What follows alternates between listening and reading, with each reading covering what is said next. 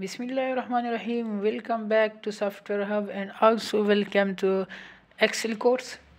जी दोस्तों, last time हमने discuss किया था आंसर टैब कम्प्लीटली और हमने इसके अंदर आई थिंक कि हाइपरलिंक वगैरह पढ़ा था। ठीक है, आज हम डिस्कस करेंगे पेज लेआउट। पेज मीन आपको पता है कि पेज को कहते हैं लेआउट मीन इसकी ओवरव्यू। ठीक है, जब पेज प्रिंट हो जाए तो इसका इंटरफेस किस तरह होना चाहिए, ये चीज़ें हम पढ़ेंगे पेज लेआउट के अंदर। ठीक है, पेज लेआउट में आप लोग देख सकते हैं सबसे पहले हमारे पास थीम की गैलरी है, इसके अलावा फिर पेज सेटअप की है, फिर स्केल एंड फिट है। ठीक है, तो सबसे पहले आप देख सकते हैं हमारे पास थीम है, थीम के अंदर हमारे पास फिर कलर्स है, फॉन्ट्स है और इसके साथ इफेक्ट है। राइट, तो ये चीज़ें हम लोग इस तरह यूज़ नहीं कर सकते क्योंकि जब मैं इस पर क्लिक कर लेता हूँ तो यहाँ पर कुछ भी नहीं हो रहा। ठीक है, तो ये चीज़ें हम यूज़ कर सकते हैं किसी भी इमेज वगैरह पे। ठीक है, तो इसके लिए मैं इंसर्ट में जाऊंगा और यहाँ से इलस्ट्रेशन में जाके यहाँ से मैं एक शेप इंक्लूड करूँगा। ठीक है, सपोज़ मैं यहाँ से एक शेप इंक्लूड कर देता हूँ राइट लाइक दिस। ठीक है, तो फिर पेज लेआउट में जाऊंगा और यहाँ से मैं थीम में जाके इसकी कलर चेंज कर दूँगा। ठीक है, तो यहाँ से हम लोग इसकी कलर चेंज कर सकते हैं। ठीक है, जब मैंने इस कलर यहाँ से चेंज किया, अगर इसकी फॉर्मेट में मैं जाऊँ तो यहाँ से आप देख सकते हैं बाय डिफ़ॉल्ट उन्होंने ये सेलेक्ट किया हुआ है। ठीक है, तो बजाय इसके कि आप फॉर्मेट में जाए और फिर यहाँ से कलर को चूज़ करें, आप लोग यहाँ से पेज लेआउट में जाके यहाँ से आप लोग कर सकते हैं डायरेक्टली और फिर यहाँ से आप चेंज भी कर सकते हैं। ठीक है, इसके अलावा हमारे पास फॉन्ट है।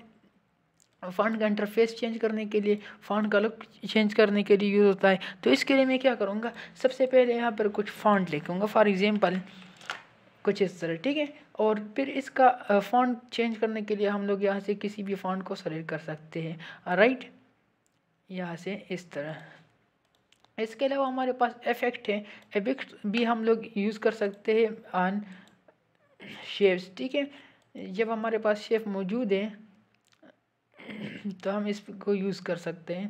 तो यहाँ से मैं एक शेप को ले लेता हूँ, तो इसके लिए मैं क्या करूँगा, इसको जूम करूँगा क्योंकि ये इफेक्ट जो है ना फिर आपको नज़र नहीं आएगा। पेज लेआउट में जाऊँगा और यहाँ से मैं इफेक्ट में जाके यहाँ से आप देख सकते हैं तो इसकी जो एजेस है ना, ये एजेस आपको इसमें चेंजेस आ रहा होगा। ठीक है, तो इस तरह। ठीक है, इसके अलावा हमारे पास इसके अंदर कुछ और चीज़ें भी है, मार्जिन है। ठीक है, तो मार्जिन यूज़ करने के लिए, ओरिएंटेशन यूज़ करने के लिए सबसे पहले मैं क्या करूँगा, कंट्रोल ओ प्रेस करके एक टेबल ओपन करूँगा। ठीक है, तो यहाँ से मैं डेस्कटॉप से ये टेबल ओपन कर देता हूँ, यहाँ पे ये ओपन हो जाएगा। ठीक हो गया, और इस टेबल को मैं यहाँ से कंट्रोल एक्स करके काट कर दूंगा और फिर यहाँ से मैं क्या करूँगा, मैं इसको मिनिमाइज करके इस शीट में आऊँगा और यहाँ से फिर मैं कंट्रोल वी प्रेस करके पेस्ट करूँगा। ठीक है, सॉरी, यहाँ पे ये टेबल आ गया है, आप देख सकते हैं ये हमारे पास ये टेबल आ गया है। अब हम लोग क्या करते हैं, हम पेज लेआउट कर रहे हैं। ठीक है, पेज लेआउट में हम पेज का सेटिंग बनाते हैं कि पेज किस तरह प्रिंट हो जाएगा। तो इसके लिए यहाँ पर आप देख सकते हैं हमारे पास मार्जिन है। तो प्रिंट प्रीव्यू देखने के लिए कंट्रोल F2 प्रेस करें कीबोर्ड से। जब मैंने कंट्रोल F2 प्रेस किया तो यहाँ पर आप देख सकते हैं कि ये चीज़ आपके प्रिंट में इस तरह आएगा। ठीक है, ये पेज के सेंटर में है, तो इस चीज़ को आप कंट्रोल कर सकते हैं यहाँ से मार्जिन से। ठीक है, अब ये नैरो है, आप लोग वाइट पे क्लिक करें और फिर कंट्रोल F2 प्रेस करके इसकी प्रीव्यू देंगे तो फिर भी आपको इसमें चेंज नज़र आएगा। ठीक है, इसके अलावा हमारे पास मुख्तलिफ़ किस्म के मार्जिन है, आप लोग किसी भी एक को यूज़ कर सकते हैं, बहुत ही सिंपल चीज़ है। ठीक है, इसके अलावा आप लोग क्या करें, यहाँ से मार्जिन में जाए और यहाँ से कस्टम मार्जिन में जाके यहाँ से आप लोग अपनी मर्ज़ी की मार्जिन भी फिट कर सकते हैं। इसको मैं 1 कर देता हूँ। ठीक है, टॉप से भी 1 कर देता हूँ और बॉटम से भी 1 कर देता हूँ और इसको मैं प्रिंट प्रीव्यू पे क्लिक करके देखता हूँ तो यहाँ पर आप देख सकते हैं ये बाय डिफ़ॉल्ट सेंटर में है। ठीक है, तो इस तरह हम लोग किसी भी चीज़ को जो है ना वो एडजस्ट कर सकते हैं यहाँ से। ठीक है, इसके अलावा अगर आपके पास कुछ टेक्स्ट है, यहाँ पर मैं कुछ टेक्स्ट टाइप कर देता हूँ, फॉर एग्जांपल सॉफ्टवेयर हब। ठीक है, और यहाँ से मैं एंटर करके इसको फिल कर देता हूँ। अब यहाँ से मैं कंट्रोल F2 करके इसकी प्रीव्यू देखता, तो अभी ये सेंटर में है। तो मैं क्या करूँगा, मैं पेज लेआउट में जाऊँगा, यहाँ से मार्जिन में जाऊँगा और यहाँ से मैं इसको नैरो करके कंट्रोल F2 अगेन प्रेस करके इसकी लेआउट में देखता हूँ। ठीक है, अब आप देख सकते हैं ये बिल्कुल इसके बराबर हो गया। ठीक है, यहाँ पर कुछ एरिया खाली हो गया, ठीक है। तो इस तरह हम इसकी मार्जिन बार सेट कर सकते हैं। इसके अलावा हमारे पास जब हम प्रिंट निकालते हैं तो प्रिंट 2 टाइप्स का होता है हमारे पास। पेज जब हम प्रिंट करते हैं ना, तो इसकी 2 टाइप्स ओरिएंटेशन होती है, पोर्ट्रेट एंड ओरिएंटेशन और landscape orientation, mean vertical page and horizontal page. अब यहाँ पर आप देखिए हमारे पास ये पेज जो है ये वर्टिकल फॉर्मेट में है, ठीक है। इसको अगर आपने हॉरिजॉन्टल में कन्वर्ट करना है तो फिर आप ओरिएंटेशन में जाएंगे और ऐसे आप लैंडस्केप पे क्लिक करेंगे। लैंडस्केप पे क्लिक करने के बाद आप लोग फिर कंट्रोल F2 प्रेस करके यहाँ पर आप देख सकते हैं कि इसका जो इंटरफेस है वो चेंज हो गया है, ठीक है।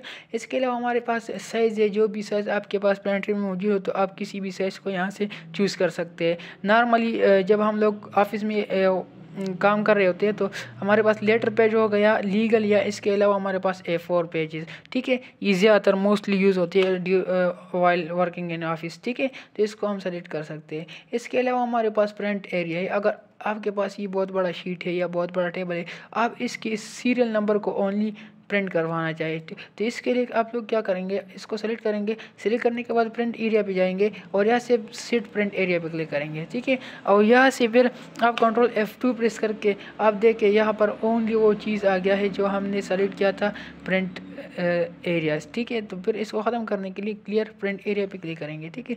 इसके अलावा हम ब्रेक का भी इस्तेमाल कर सकते हैं। यहाँ पर आप देख सकते हैं ये बहुत बड़ा टेबल है, सपोज इसको मैं डिवाइड कर देता हूँ कंकर में या 2-3 पोर्शन में। तो इसके लिए मैं इस सेल को सेलेक्ट करूँगा।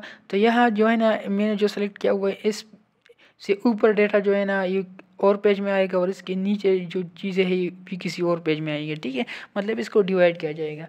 तो इसके लिए मैं ब्रेक में जाता हूँ और ब्रेक में जाने के बाद यहाँ से मैं इंसर्ट पेज पे क्लिक कर देता हूँ, ठीक है। अब मैं यहाँ से कंट्रोल F2 प्रेस करके प्रीव्यू के लिए देखता हूँ। तो यहाँ पर आप देख सकते हैं हमारे पास क्या है, हमारे पास ये आधा टेबल है। लेकिन जब मैं यहाँ पर क्लिक कर देता हूँ तो यहाँ पर आप देख सकते हैं आधा टेबल इधर आ गया है, ठीक है। तो इस तरह हम टेबल को ब्रेक के थ्रू इसको ब्रेक कर सकते हैं, ठीक है। वापस रिमूव करने के लिए आप ब्रेक में जाएंगे और यहाँ से आप रिमूव पेज पे क्लिक करेंगे तो ये अभी रिमूव हो गया। इसके अलावा हम लोग जब एक्सेल में कोई सॉफ्टवेयर वगैरह बनाते हैं बाय यूजिंग एक्सेल भी है, ठीक है। तो उस वक्त हम लोग क्या करते हैं, हम सॉफ्टवेयर का डैशबोर्ड बनाते हैं। तो डैशबोर्ड बनाने के लिए आप लोग ये चीज़ें इस्तेमाल नहीं करेंगे क्योंकि ये सेल है, ये तो सैम्पल एक्सेल आपको लग रहा है। तो इसी सिनारों में हम लोग फिर बैकग्राउंड का इस्तेमाल करेंगे, ठीक है। बैकग्राउंड हम गूगल से उठा के सिस्टम के अंदर स्टोर करेंगे और फिर उसी को एक्सेल के अंदर इंक्लूड करेंगे, ठीक है। तो इसके लिए मैं क्या करूँगा, सबसे पहले व्यू में जाऊँगा और यहाँ से मैं इसकी जो ग्रिड लाइन है इसको मैं ख़त्म कर दूँगा। ख़त्म करने के बाद फिर मैं पेज लेआउट में जाऊँगा और यहाँ से फिर मैं बैकग्राउंड पे क्लिक करके और ऑफलाइन करके मैं यहाँ से क्या करूँगा, एक बैकग्राउंड को उठाऊँगा, ठीक है। तो यहाँ से मैं क्या कर देता हूँ, पिक्चर में जाता हूँ और यहाँ से मैं ये वाला बैकग्राउंड सेलेक्ट करके इंसर्ट कर देता हूँ, ठीक है। तो यहाँ पर आप देख सकते हैं कि कितना खूबसूरत डिज़ाइन बन गया है, ठीक है। तो इस तरह डैशबोर्ड वगैरह बनाने के लिए हम लोग फिर बैकग्राउंड का इस्तेमाल करेंगे, ठीक है। तो यहाँ से मैं कंट्रोल Z करके इसको ख़त्म कर देता हूँ और वापस व्यू में जाके यहाँ से मैं इसको क्या कर देता हूँ, इसको एक्टिव कर देता हूँ, ठीक है। इसके अलावा हमारे पास फिर प्रिंट टाइटल है।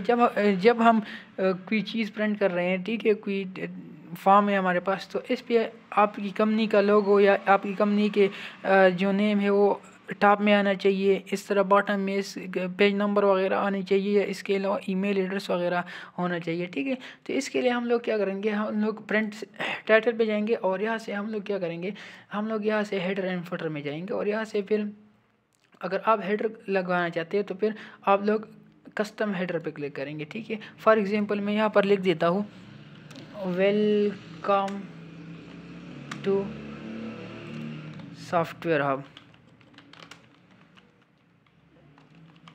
ठीक है।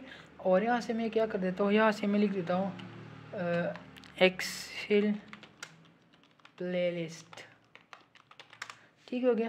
और फिर यहाँ से मैं ओके कर देता हूँ। ओके करने के बाद यहाँ से भी मैं ओके कर देता हूँ। जब मैं इसकी प्रिंट रिव्यू देखूँगा तो यहाँ पर आप देख सकते हैं वेलकम टू सॉफ्टवेयर हब। इसको मैं थोड़ा जूम करके देखता हूँ, ठीक है। यहाँ पर आप देख सकते हैं हमारे पास आ गया वेलकम टू सॉफ्टवेयर हब वगैरह वगैरह, ठीक हो गया। तो इस तरह आप लोग इसको एडजस्ट कर सकते हैं। लेकिन इस पेज को मैं अगर ओरिएंटेशन चेंज करके पोर्ट्रेट कर दूँ और यहाँ से फिर मैं कंट्रोल F2 प्रेस करके प्रीव्यू देख लूँ तो यहाँ पर इसको मैं थोड़ा जूम आउट कर देता हूँ। यहाँ पर आप देख सकते हैं ये चीज़ें आ गई है, ठीक है। यही चीज़ है, जब आप बॉटम में यूज़ करेंगे तो फिर इसको हम फॉल्डर कहते हैं, ठीक है।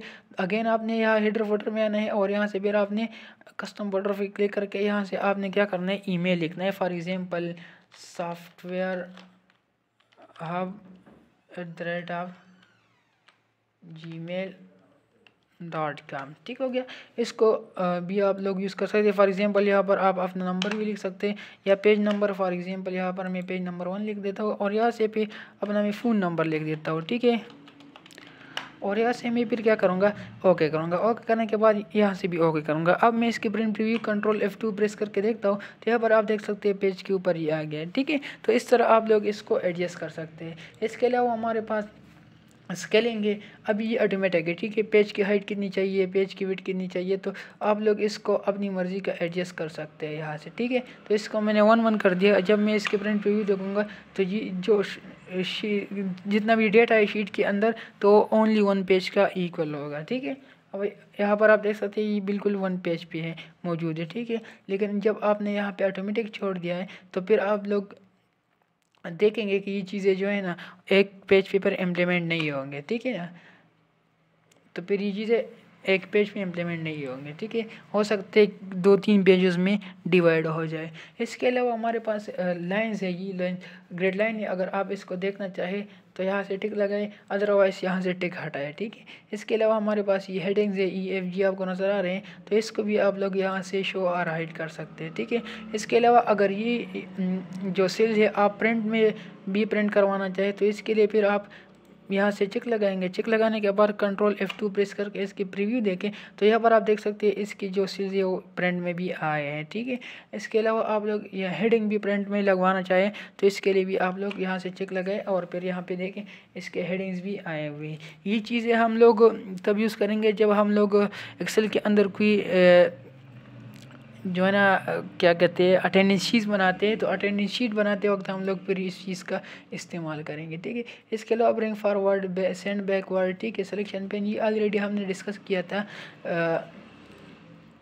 इंसर्ट के अंदर, लेकिन वंस अगेन मैं इसको रिपीट कर देता हूँ। इसके लिए आपने शेप इंसर्ट करना है।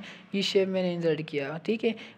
अब इस शेप से कॉपी निकालने के लिए कंट्रोल D प्रेस करें तो इसकी एक डुप्लीकेट बन गया, ठीक है। डुप्लीकेट में कलर में चेंज कर देता हूँ। चेंज करने के बाद मैं क्या करूँगा, इसको थोड़ा सा इस तरह कर दूँगा, ठीक है। यहाँ पर आप देख सकते हैं बैकवर्ड पे क्लिक करके ये पीछे चला जाएगा और यहाँ से फॉरवर्ड पे क्लिक करके ये आगे आ जाएगा, ठीक है। और इसके अलावा कंट्रोल या शिफ्ट से आप दोनों को सेलेक्ट करें। सेलेक्ट करने के बाद यहाँ से आप जाए और यहाँ से आप इसकी अलाइनमेंट भी कर सकते हैं। अगर आप इसको सेंटर में लाना चाहिए तो फिर आपने क्या करना है, अलाइन सेंटर पे क्लिक करके यहाँ पर आप देख सकते हैं कि दोनों एक दूसरे के सेंटर में आ गए, ठीक है। इसके अलावा आप लोग सिलेक्शन पेन पे जाके यहाँ से आप किसी एक को हाइड भी कर सकते हैं, ठीक है, या दोनों को भी हाइड कर सकते हैं, ठीक हो गया। इसके अलावा अगर आप इसके जो क्रॉपिंग है वो करवाना चाहे तो वो भी आप कर सकते हैं, ठीक है। तो आपने इसको सेलेक्ट करना है। सेलेक्ट करने के बाद पेज लेआउट में जाना है और फिर यहाँ से आपने क्या करना है, आपने इसको ये तो ऑलरेडी क्या हुआ है, यहाँ से आप रोटेशन भी कर सकते हैं, ठीक है। वर्टिकल हॉरिजॉन्टल, ठीक है। इस तरह आप इसको रोटेट भी कर सकते हैं। अगर आप इसको ग्रुप करना चाहे, ठीक है। अब ये जो है ना अलग अलग है, ये अलग अलग मूवमेंट कर रहा है, ठीक है। तो फिर शिफ्ट को होल्ड रखते हुए दोनों को सेलेक्ट करें और यहाँ से फिर ग्रुप पे क्लिक करें और यहाँ से फिर ग्रुप पे क्लिक करें तो यहाँ पर आप देख सकते हैं ये ग्रुप हो गया है, ठीक है। तो इस तरह हम इन चीज़ों को एडजस्ट कर सकते हैं। तो ये था हमारे पास पेज लेआउट का टैब और इंशाल्लाह है आई होप कि आप लोगों को अच्छी तरह समझ आ रहा होगा। बहुत ही सिंपल चीज़ें हैं। जो भी मसला हो, जो भी क्वेश्चन हो, जो भी क्यूरीज हो तो आप लोग क्लास में पूछ लिया करें, ठीक है। क्योंकि मुझे वही नहीं होती कि आप लोगों को चीज़ समझ आई या नहीं, ठीक है। कोई मसला इश्यू वगैरह इंशाल्लाह नेक्स्ट लेक्चर में फिर हम पढ़ेंगे फार्मूला। और फार्मूला हमारे पास 375 फार्मूले हैं एक्सेल के अंदर, ठीक है। तो हम लोग क्या करेंगे, हम लोग ये वाले पोर्शन पढ़ेंगे और जितने भी फार्मूले रहते हैं तो इसके लिए मैं अलग प्लेलिस्ट बनाऊंगा एक्सेल फंक्शन के नाम से, ठीक है। इसके अंदर फिर हम डिस्कस करेंगे और इस पर भी प्रोजेक्ट भी करेंगे, ठीक है। Thank you for watching.